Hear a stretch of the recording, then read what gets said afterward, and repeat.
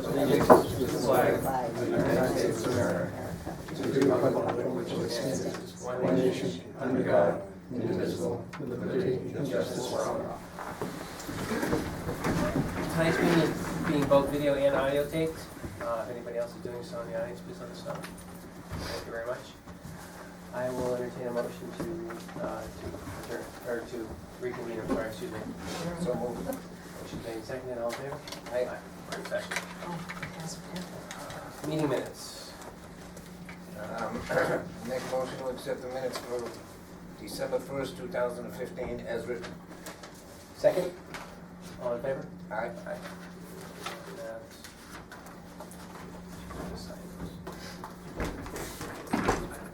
Yep.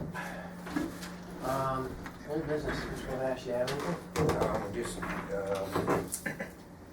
can't remember his last name, was Gary. Mr. Odian? Huh? Mr. Odian? Mr. Odian mentioned last week that the leaves the doorway in the bottom of the town hall, just, they are cleaned out. They hadn't cleaned out, so they're gone.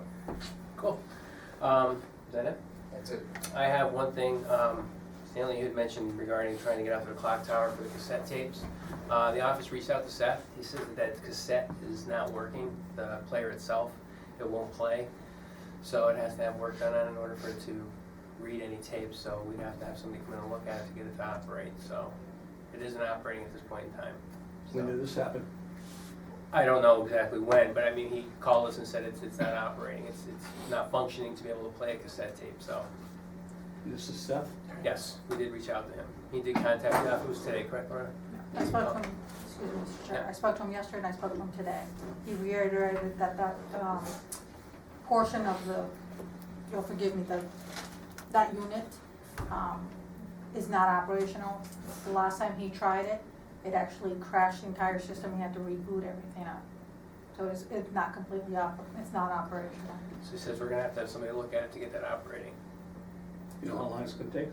I didn't ask that question of him. I mean, we'd have to find, money to be able to do so and see what the cost is. We're gonna have to have somebody give us a quote, but I'll have to ask Mr. You're Blackwell. talking 3 to 4 weeks lead time, $500 charge, plus the replacement unit's gonna be $2,000-3,000. Okay. I mean, we can have somebody come out, but it's, I'm going by, what Mr. Blackwell had informed us, so. And he's the expert on it. I don't know anything on how the operation, so I was there when we went last year. Right. And portions of it did work, but I would say he's pretty credible and he understands this, and I trust his opinion on this, so. He just stated to us there's no sense. He said it's not working. You're gonna have to have somebody come out and fix it or buy a new unit that would work. I think probably buying something new at this point is probably a better So option. you still have the information that we received? The information you provided, that when you had, Right. I don't have it with me tonight, I have it. I have it also. You're talking 10 grand. That's speakers and everything. That's gonna fly like a dead horse. Probably, I would I know. probably agree with you on that one. So I just wanted to let you know, we did reach out to Mr. Blackwell about that, and, it's just not, I don't wanna waste your time coming out on Saturday. Agree. We do have the class, we have the inspections this week, and I said, I don't want you to go up there and not see it work when he's fully aware that it's not operating. So, I wanted to share that with you. Is it for all business? Excuse me, comments and concerns? Yes. I'd like to know who cleaned the leaves in the stairwell. Jimmy McKenna. That was very nice of him, Did a good job? and we thank him. Yeah. I didn't know that was his job. It's not, but He's I'm sorry, pretty much a handyman for the town. All right, and the Friends of the Town Hall would like to thank Jim McKeon for putting the lights on the top of the portico. Mhm. I mean, it really adds something to that corner of the building. So are you saying the friends are you're sending, would you like us to send him a thank you? I mean, We all Jimmy would does a like lot to of, thank a lot of good things around town. He's like Bob said, he's a handyman and helps out everywhere. I've known him for a while, so he's much appreciated for the things he does do for the Well, town. I think he doesn't, instead of talking about it, he does it. Mhm. And we want to That's thank why I call him. We want to thank him. Yep. And I just want to invite anyone that's interested in joining the Friends of the Town Hall. We have a meeting, our next meeting is January 4th at 6 p.m. upstairs in the cable access room. Did you ask, is it on cable access? Has Igor posted it? I think they were supposed to. Okay. So it's January 4th, 2016, 6 p.m. And the location again, I'm sorry? Upstairs in Upstairs. the warren, whatever it's called, FinCom? TV access room. Oh, The cable access. cable access, okay. Anybody else? No? Correspondence, Mr. Lavash. The office received a letter of interest from Gary Lapine expressing interest in the position of Veteran Service Officer. Mr. Lapine currently is the Veteran Service Officer in the town of West Brookfield, to which he has held the position for slightly over a year. Okay. So we forwarded that off to the Veterans Council for review? Yeah. The office received a letter of interest from Rebecca Sarah expressing her interest in serving as a member on the Veterans Council. I did get a chance to read that. I know you did too, Mr. Lavash. I guess we should probably forward that off to Veterans Council also for their approval and review. Okay, sir. Monthly report from the Emergency Management CERT team, See that? and a statement of certification that members of the EM CERT team recently completed the National Safety Council CPR program on November 19, 2015. That was for all. So that was when, I'm sorry, go ahead. That would be it. Okay.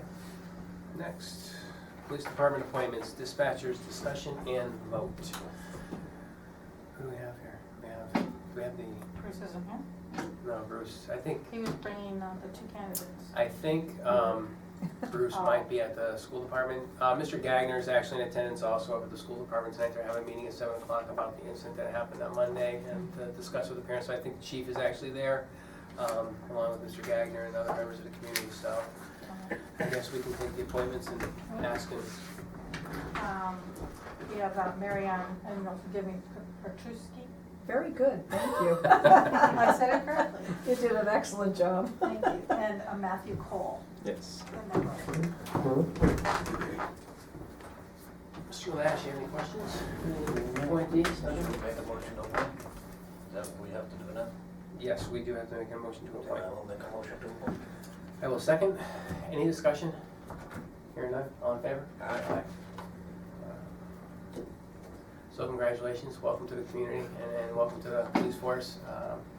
I did speak to the chief briefly regarding both of you, and he was very excited to have you both on, so I'm glad you're here, Mr. Lavash. Thought I signed all these, did I? I don't see it, sir.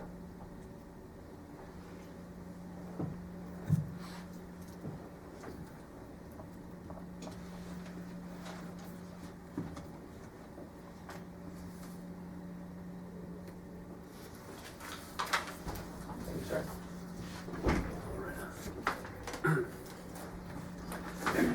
All right. Do you Fire- wanna say anything about? Yeah, I'm sorry, go ahead. Do they live in town? Oh, I do. We can. Yes. Resident of town, Yes. sir? Yes, I'm currently living here. My official residence is in Sturbridge, but I live right on Forest Ave here. I have the other question to ask. Are you a registered voter? Yes. Both of you? Yes? Yes. Okay, good. I'll, If David was here. David was here, that would be the question. But he's not.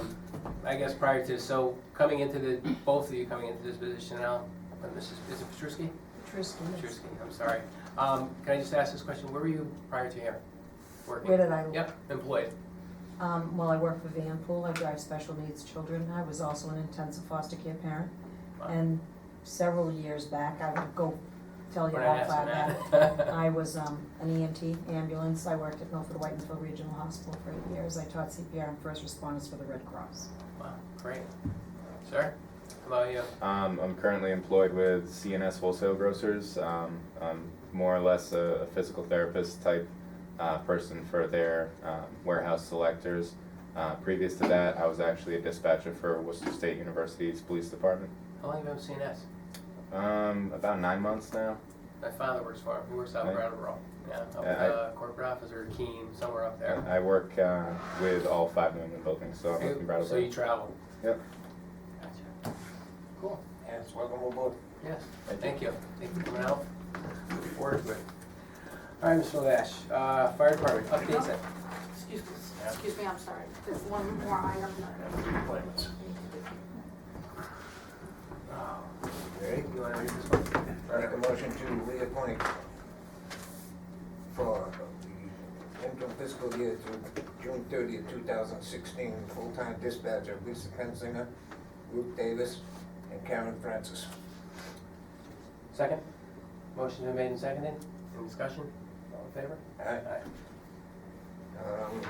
And part-time dispatcher for the same span will be Elaine Chenille and Sandra Camber. Second?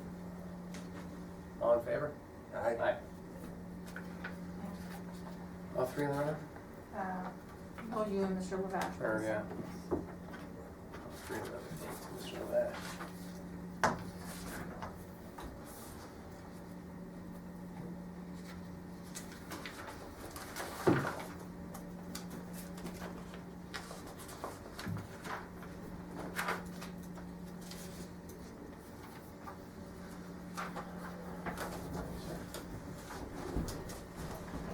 Yep. All easy ones, just hand that to Jimmy. I know, it's a workout tonight. Okay, next on the agenda, fire department, update on on-call roster discussion. I know we have the chief here tonight. Hi, Chief, good how are you? Hi, how's everybody? I'm here this evening to discuss the cost abilities breakdown for the fire department with regard to adding a department chaplain to our roster. I'd just like to first start out by talking about kind of what the chaplain position would do, what it has done around the majority of the communities within the Commonwealth of Massachusetts. This is a position that has really, many communities have had this position throughout the years, but it seems to be something that is becoming and changing and morphing over the last few years, because there's been a tremendous push by the state of Massachusetts, by the Fire Chiefs Association, by the Department of Fire Services and the State Fire Marshal's Office to make sure that the firefighters, EMS, EMTs, police officers, anyone that's involved with public safety, there's been a huge push to make sure that not only do they have the physical and tools to do the job, but they also have the tools to deal with emotional issues, work-related stress issues, and everything that comes along with the job description. So there's been a real movement to make sure that we not only provide protection with turnout coats and the regular equipment, but also people that we can call upon to help our members out in the event that they're going through a traumatic experience in their life or something. Whether it's a small community, whether it's a large community, we are dealing with the same types of calls, maybe not in the same frequency as a city, but obviously, we certainly are responding to traumatic accidents, traumatic fires, death, problems with drugs in town and whatnot. And we did a lot of thinking about this. This is something I brought to the firefighters, and we talked about a need to have an outreach for them. We've had, in the last probably 5 or 6 years, we've had many incidents where we've actually called in a critical incident stress debriefing team that's made up of 4 or 5 members from different areas in the state, where they'll come in and talk to us after a bad fatal accident or something where our members are struggling through it, through some of the things that they've seen and experiences that they've had. So the gentleman I brought here tonight, I'd like to introduce him. I'd like to have him talk a little bit about his background and what he can bring to our department. I think this would be a great program for us to implement, and it's not going to cost the taxpayers anything to do that. So, I'll expand upon that in a minute. But first, I'd like to introduce Deacon Michael Henningham. Michael is very qualified for this position. Not only does he bring a background of certified counseling, but he also has been a certified firefighter in the state of Maine. So he's going to look at it from both sides of the fence. He knows exactly what the stress levels are, and what kind of traumatic things that these people deal with. He's seen it. He's gone through the training. He understands that side of it, and he also can provide a lot of emotional and counseling for us if needed. So I'd like to turn it over to him to introduce himself and talk a little bit about his background. Welcome. Hi, Hello. thank you. I'm currently serving as a pastor at a church in Springfield, but I also serve here in Warren at Emmanuel Church, Emmanuel Orthodox Church.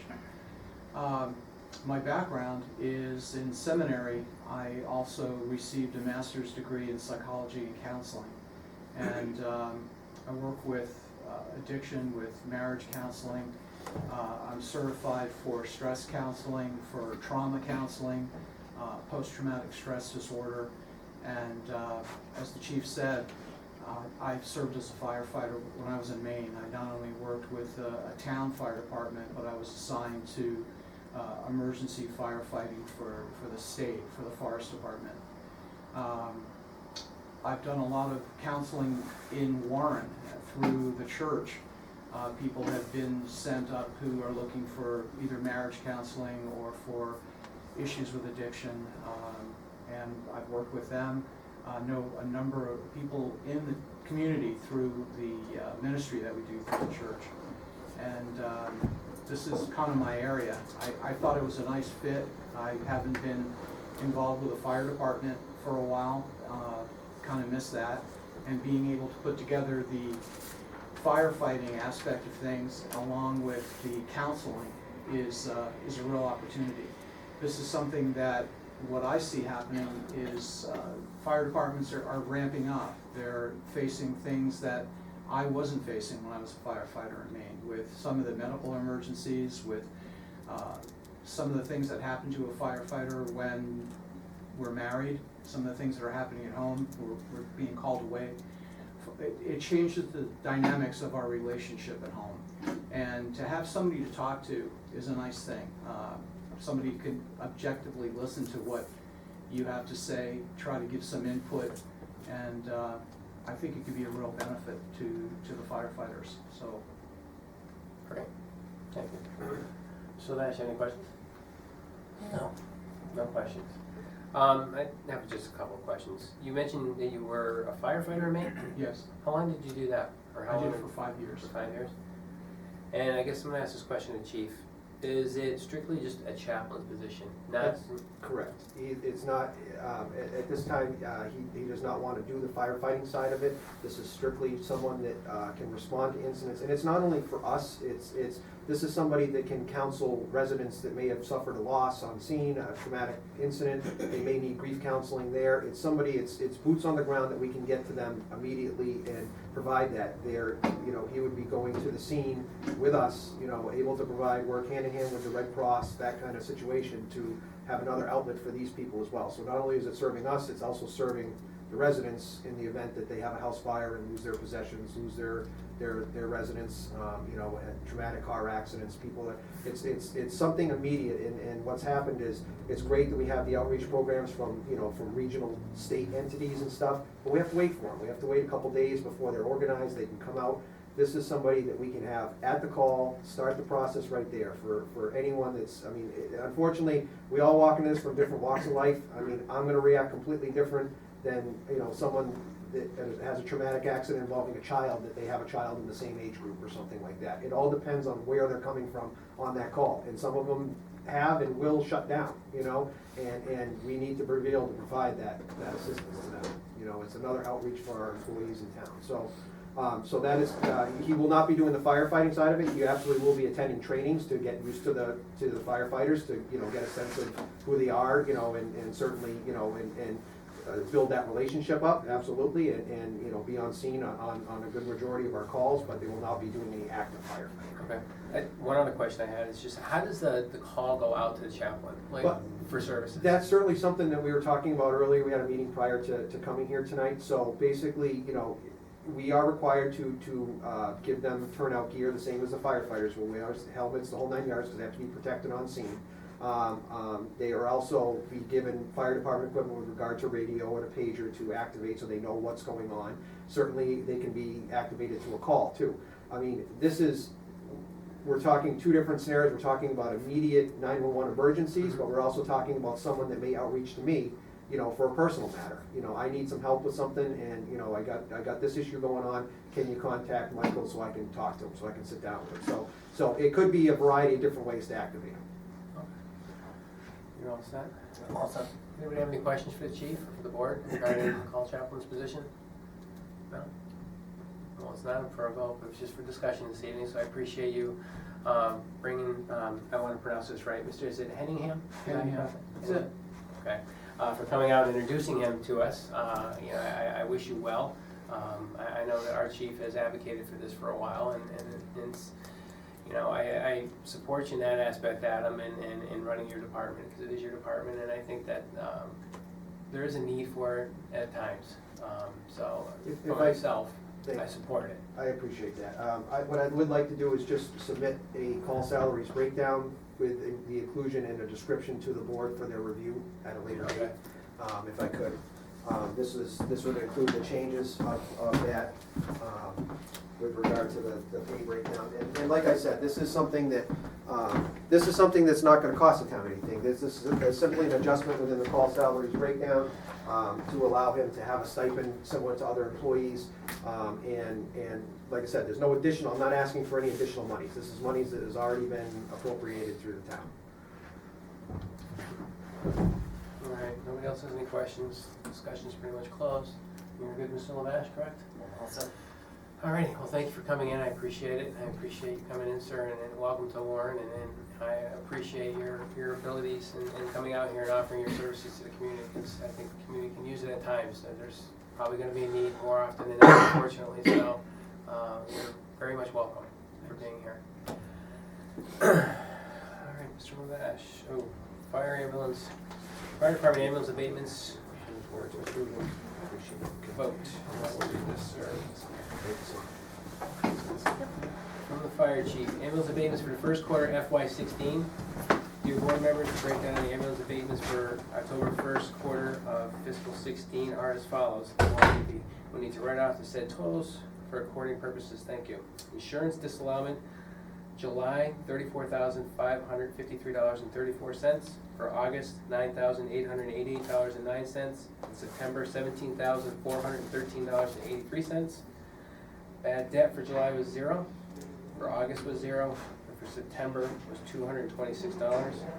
Bringing the totals for July to $34,553.34. For August, $9,888.09. In September, $17,639.89. I will wait a motion to accept the write-off. so moved. Motion's been made and seconded. Any further discussion?